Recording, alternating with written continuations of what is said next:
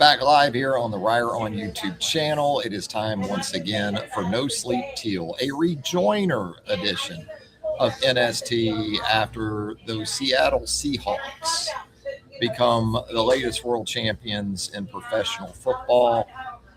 Really, when it came down to it, it was a performance I think that Jaguar fans could relate to, because even though it was a 20-12 game here in Jacksonville a month or so into the 2025 season, it didn't really feel that close after what the Seahawks did right here in Duval. Yeah, I mean, really, the Seahawks that defense has only gotten better since they've played the Jags, and they were already really good against the Jags. Not to mention, too, that, Mike McDonald just had that team disciplined. I mean, they did not make any mistakes in that big game. Sam Darnold, kind of had a couple flashes of old Sam Darnold early in the year, but we haven't seen that in months. He was really solid. And, I mean, what can you say? But Kenneth Walker is a beast. That dude is a problem. When you think back about it, the Jags did a good job against that Seattle run game. Yeah, for real. Yeah. I mean, that's why, at the end of the day, they basically finished first in run defense this year, right? Yeah. I mean, Campanelli deserves all the credit in the world because, Kenneth Walker, you think about Jonathan Taylor both times, if there's nothing else that defense can hang their hat on, it's the fact that they saw a lot of good running backs this year and nobody tore them up. So, and we thought New England was pretty formidable. Yeah, defensively, and would hang in there against that run game. It did not happen. I mean, from the opening snap last Sunday night out in Santa Clara, the Seahawks established. You know what the Seahawks did? The Seahawks ran outside and saw that it was there, and then they never got away from it. Outside they just zone. Said, "We're just until you tackle an open space, until you can get one of your corners to make a play off a block and make this tackle, then we're just not going to stop." Something that I wish Liam Cohen had did against the Bills after pretty significant success in it, but early on.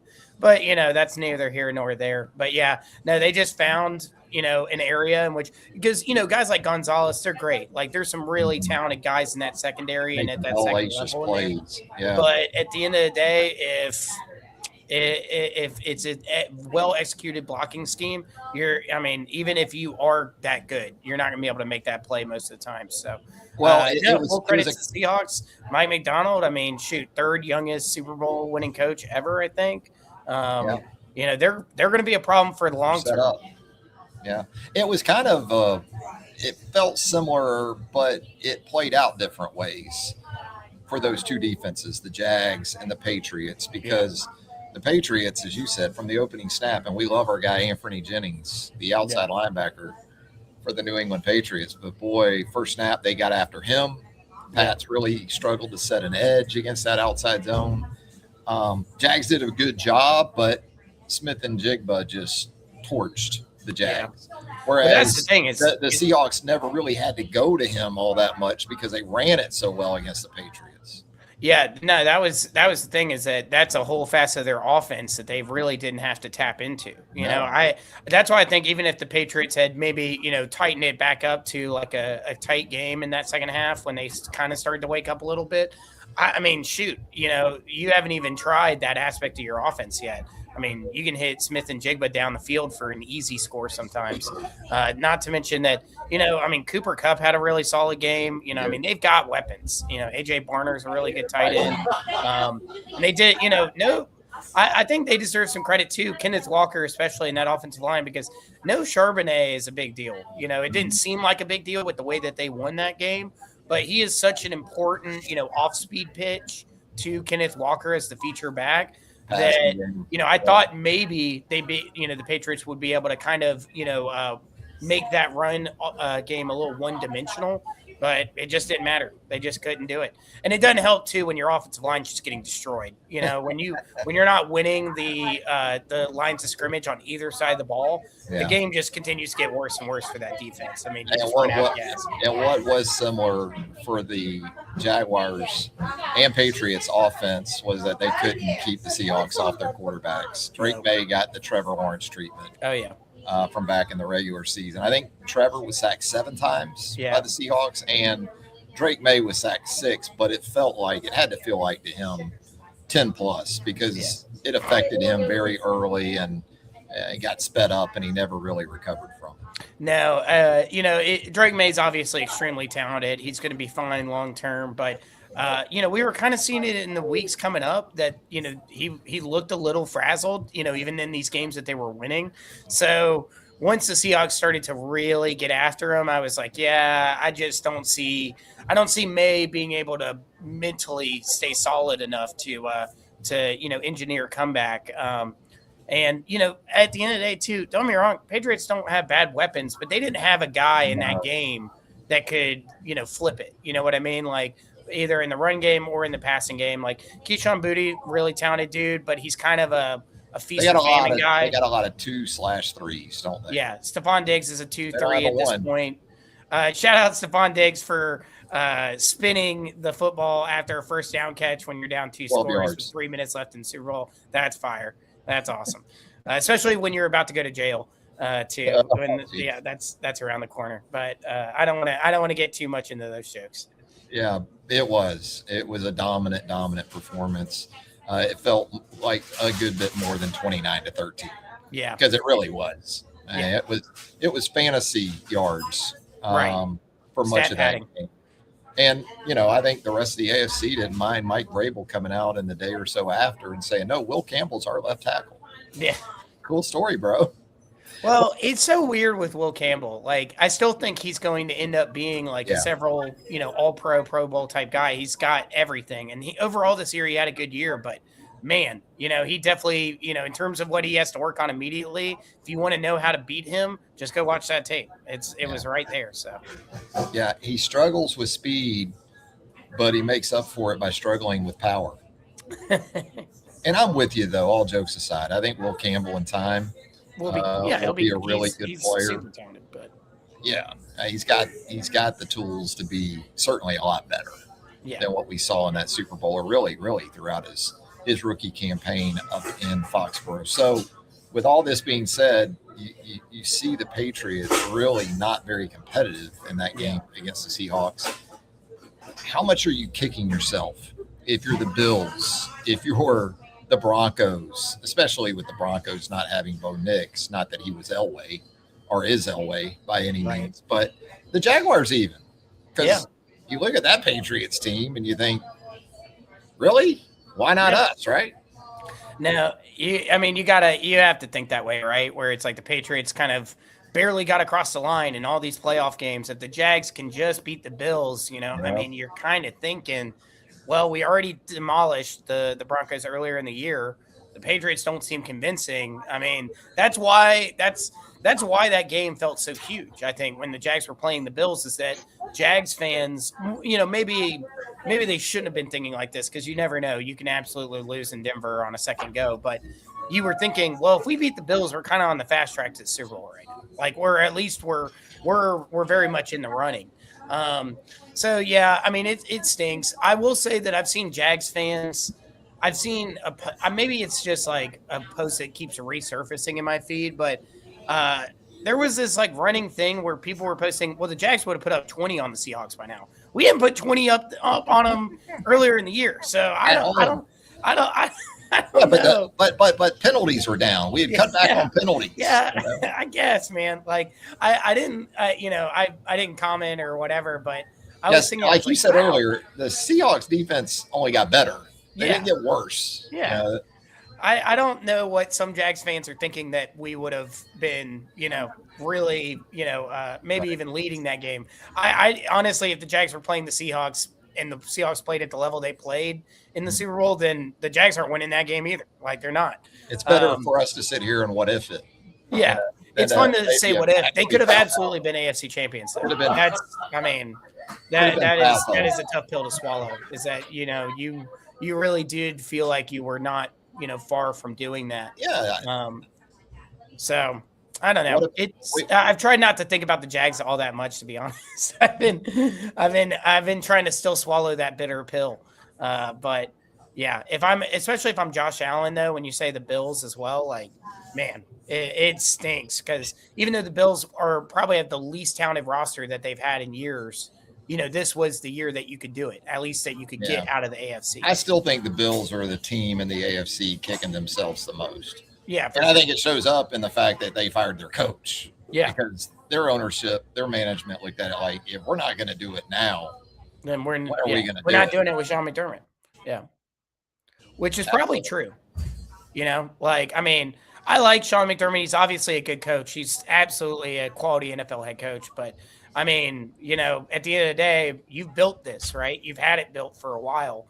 And if you don't have it at this point, if you're not doing it at this point, I just don't know, if you're going to be able to do it with him. But it'll be interesting to see, because sometimes, you know, the grass isn't always greener on the other side.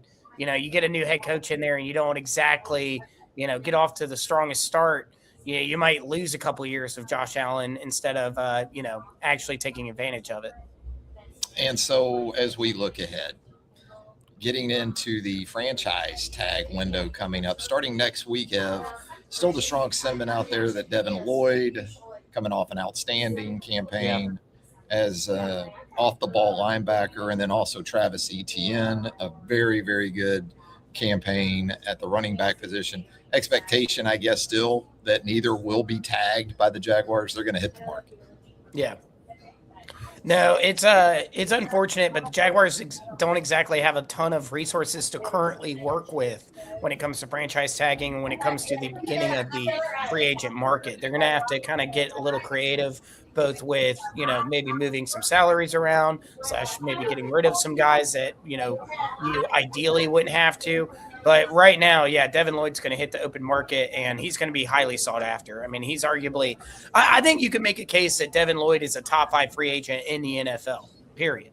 Yeah. Like, I mean, I think he's absolutely the best linebacker available, definitely the best off-the-ball traditional linebacker available.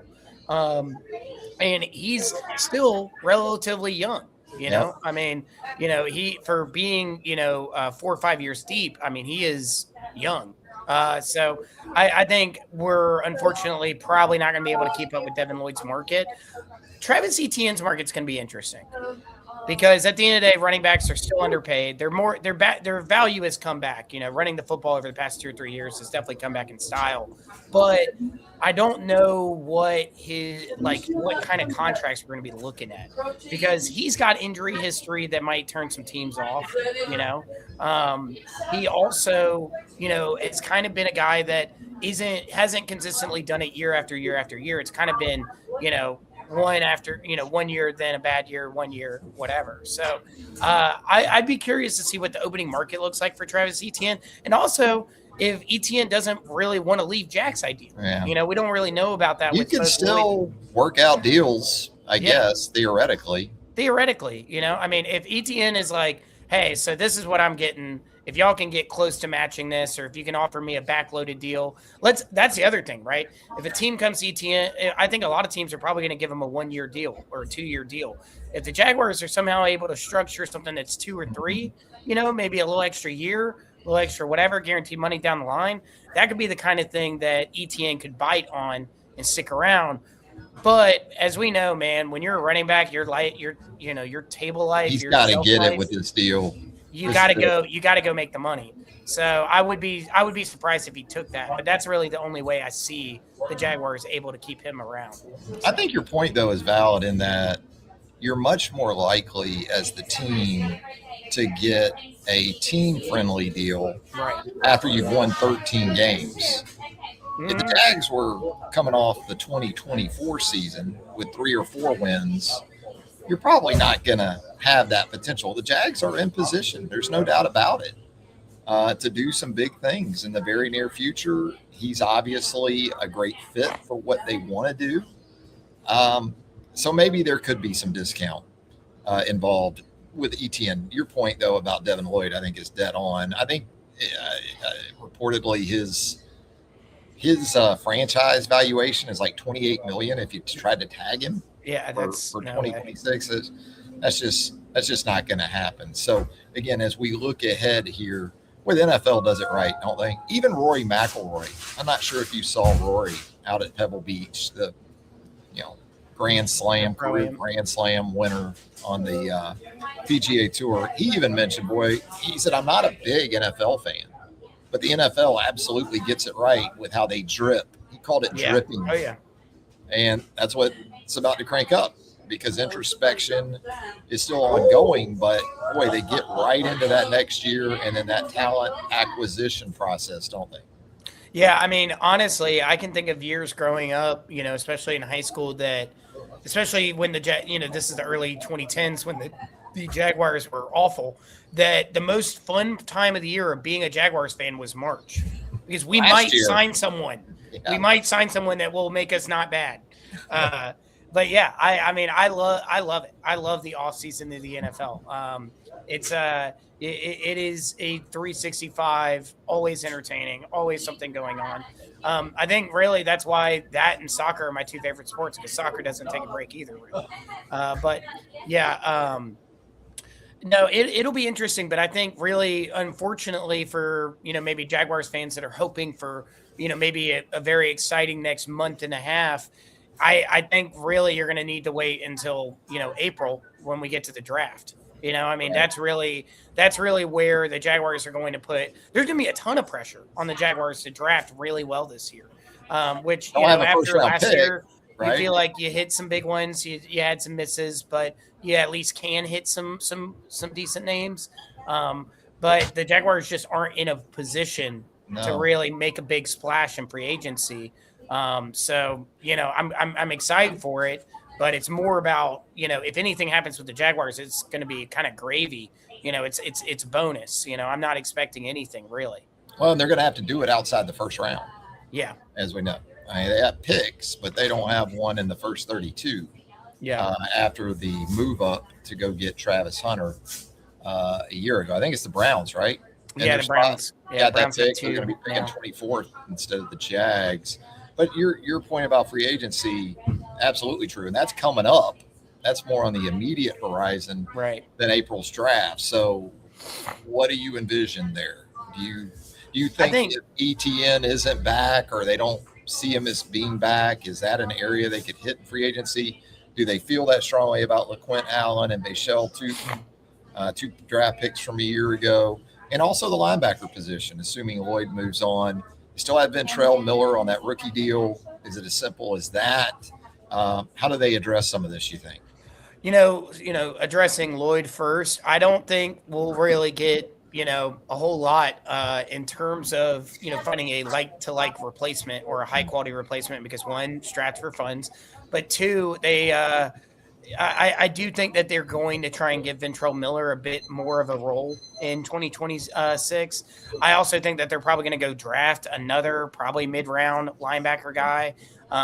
Jack Kaiser didn't really show anything this past year. Yeah. If anything, the times we did see him weren't exactly encouraging. Special teams guy is what you're thinking right now. Yeah. But So, I mean, you absolutely probably have to draft a linebacker. They might be able to go get a guy, like a $2 to $3 million deal for a veteran. But the problem with that is that Gardeck is also going to be walking here in the next few weeks. So if you go get, a cheap veteran, you're basically replacing Gardeck. You're not really replacing Devin Lloyd. You know what I mean? Right. Like you're not. And if you do that, you're going to have a significant downgrade in quality if you aren't able to, kind of nail that. So, I think you'll probably see a cheap veteran, like a 29, 30-year-old kind of guy that probably has some starting experience, but isn't like a bona fide starter, but just maybe a journeyman type, but someone that can come in and handle that Gardeck role and potentially fight for a starting spot. When you think about running back, I think, for sure, you're not thinking free agency. I can't see them unless they go sign like a cheap, like I said, another cheap veteran, like $1 million guy that, is just more of like, okay, we need a backup. I think they're going to lean into Tootin and LaQuint Allen, and then probably they go get another running back. And again, we're thinking draft, maybe that third round pick. I also think it's worth noting that, there's some, a lot of the different like kind of veteran presence on this roster. Guys like Emmanuel Ogbo, Tim Patrick, Gardeck is one, Smoot. These are all dudes that are over 30 that are all set to be free agents that, unless they sign team-friendly stuff, are gone. Yeah. So whoever you go get in free agency, I'm actually thinking more about experience and age rather than starting quality. I think that was a big deal when they, made a concerted effort to, heighten the age of this team and provide some experience because, a lot of our, best players this year were guys that were 27 or under, but we talk about the presence of Jacoby Myers. We talk about, the presence of some of those guys that, kind of created a locker room atmosphere that you have to win games consistently. So, yeah, that's kind of where my head's at is, it's going to be a lot of bargain hunting, Yeah. It's Balling going on to be a a lot budget. of, all right, well, what do you have in the clearance section? And I think some of those guys and some of those positions you can do that though. I mean, Garnett was a nice addition for the Jags, but he's not Yeah. an every down guy. Right. I mean, he is a base defense edge guy. He can rush the passer too. Yeah. You can find another guy like Yeah, that for sure. For a decent price, which is great because you're not in a position where you feel like, boy, we need a legitimate edge pass rusher. We need a legitimate number one wide receiver. You're still thinking Brian Thomas Jr. can be that. And if he Right. isn't, you got another guy now in Jacoby Myers that can give you at least some of those attributes and very, very consistent, very, very dependable. And almost in some ways, Travis Hunter is going to feel like a draft pick all over again Yeah. because we didn't really get to see a lot of him. Right. When you think about how this season played out and how so much of this team came together post Travis Hunter injury, in those ways, it's going to feel like you're actually adding him to that mix, right? Yeah, for sure. Well, and especially considering that we talk about free agents walking, 3 of those are corners. Yeah. So, I mean, you got I don't Montero see how Brown he's not your corner. top 2 corners. I don't get it. Or top corner. Christian Braswell, I could see Christian Braswell re-signing on on a minimum deal. Yeah. Greg Newsome, I could actually see re-signing on a minimum deal just because his market right now can't be good. What is it? Yeah, Right. I mean, and at the end of the day, there's value with corners. It just in general, if you have a pulse. Right. But to your point, yeah. But the thing with Newsome that I think is interesting is while I don't necessarily want to see him in a Jaguars uniform again, not like I don't think he's that great. He is still only 25 years old, and this is a guy that was a highly sought after, talented draft pick, whatever. So, I think that's one we're actually buying low, actually sticking with him, maybe giving him a reason to feel good that you're like coming back to him. That could be something. But I'm worried. I mean, Montero Brown, I guess, is unrestricted. So, I mean, Montero Brown had a tremendous year for what was expected of him. Yeah. He can go get a pretty big payday, in all relative to what he's been making. So, yeah, I mean, I when you talk about Travis Hunter, it's like, yeah, I don't see how he's not in the, clearly in the picture for corner. Yeah, the both ways thing, I get it. I mean, because they kind of have to stand on that. Right. And that's why you so adamant about it. And what they did to go get him. Yeah. I mean, they kind of have to stand on it for at least another year. But first and foremost, for this 2026 team, when they've got Jacoby Myers, they got guys at wide receiver. It's just almost impossible to envision, well, we need to limit his reps at corner because we're playing him at wide receiver, right? If you're going to still play him at wide receiver, to me, it's going to be in addition to every rep that you're going to need him to take at corner. Yeah, that's what I'm thinking. I'm thinking 40-20. If he's going to play a max of 60 snaps a game, something like that, then I would want 40 on defense. I think he's got to play 60 at corner. Yeah. So if you want him to play some offense, you might be looking at him playing 80 to 90. Right. Looking at this team moving forward and not knowing exactly how it'll play out from a talent acquisition perspective. Right now, yeah, he's got to be a corner to me, but we'll see how it goes. Go ahead. Sorry, and I was just going to say that there's also guys like Dewey that are potentially leaving too. I mean, the reload is not insignificant. They have a lot of key pieces locked down, but there's a lot of dudes on that 53-man roster that are set to walk as things stand.